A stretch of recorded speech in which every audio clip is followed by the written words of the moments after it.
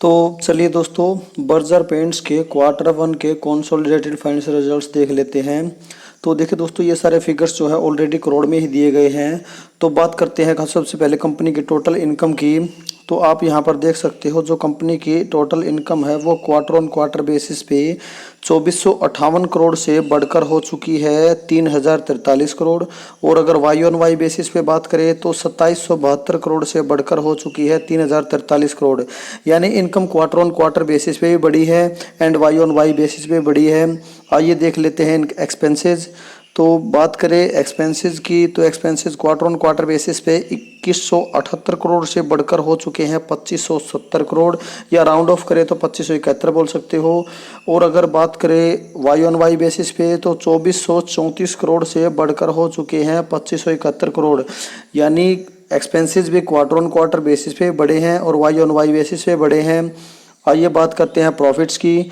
तो अगर बात करें प्रॉफिट फॉर द पीरियड की, net profit for the period, तो क्वार्टर ऑन क्वार्टर बेसिस पे 186 करोड़ से जंप लेकर हो चुके हैं 355 करोड़। और अगर बात करें वाई ऑन वाई बेसिस पे तो 254 करोड़ से बढ़कर हो चुके हैं 355 करोड़।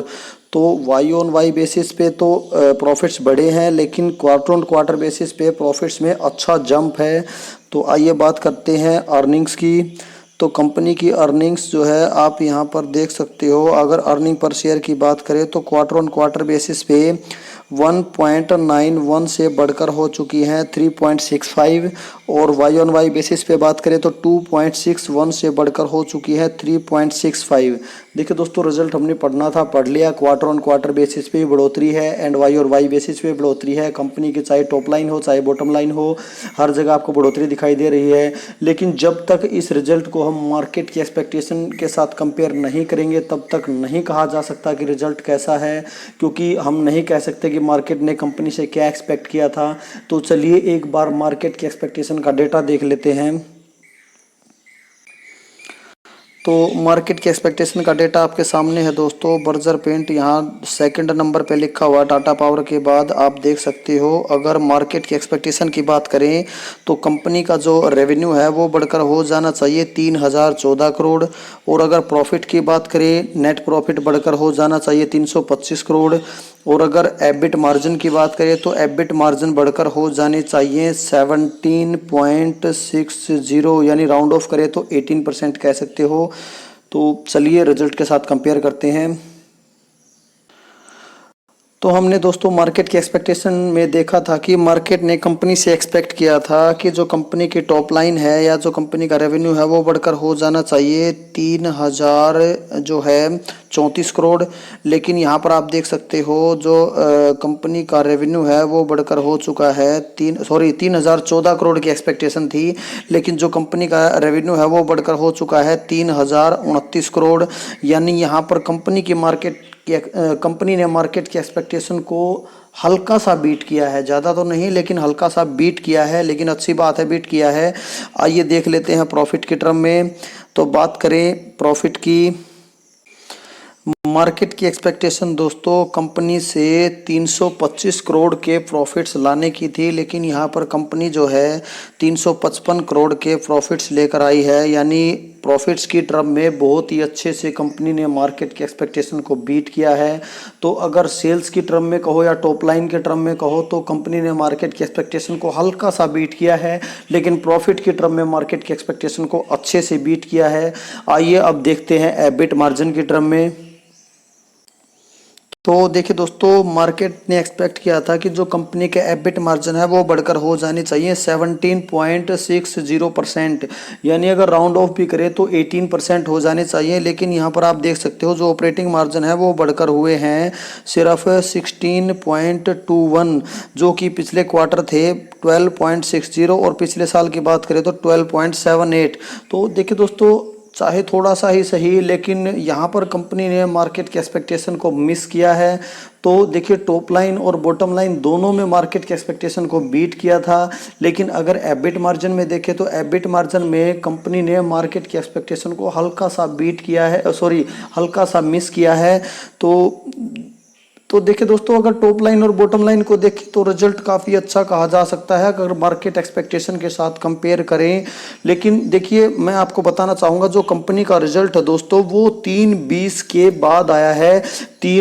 अगर बात करूं मैं बीएससी की ऑफिशियल वेबसाइट की, तो वहां पर ये पीडीएफ अपलोड हुई है 3:24 पर।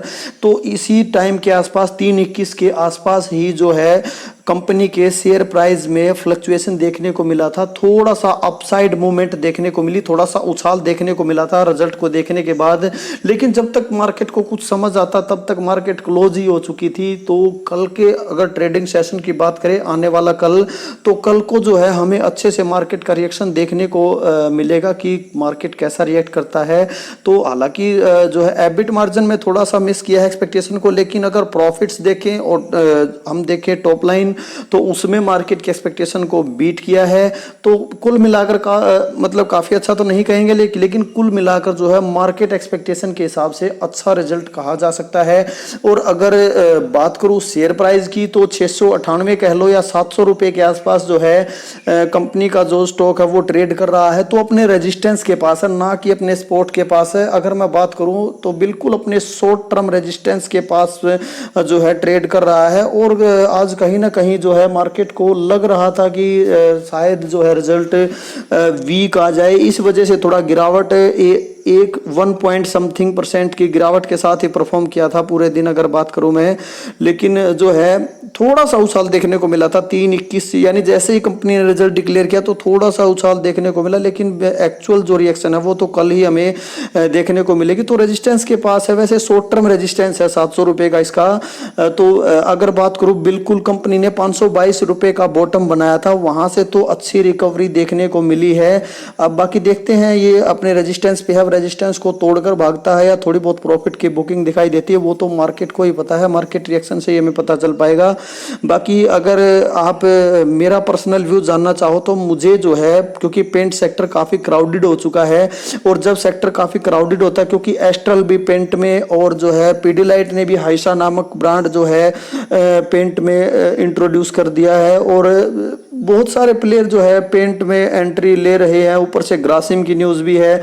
तो जब भीड़ भाड़ ज़्यादा हो तो मैं मार्केट लीडर के साथ ही जाना पसंद करता हूं। तो डेकोरेटिव पेंट में अगर मैं मार्केट लीडर की बात करूं तो मैं एशियन पेंट के पास जाना पसंद करूंगा, क्योंकि एशियन पेंट ही मेरे पोर्टफोलियो में भी है।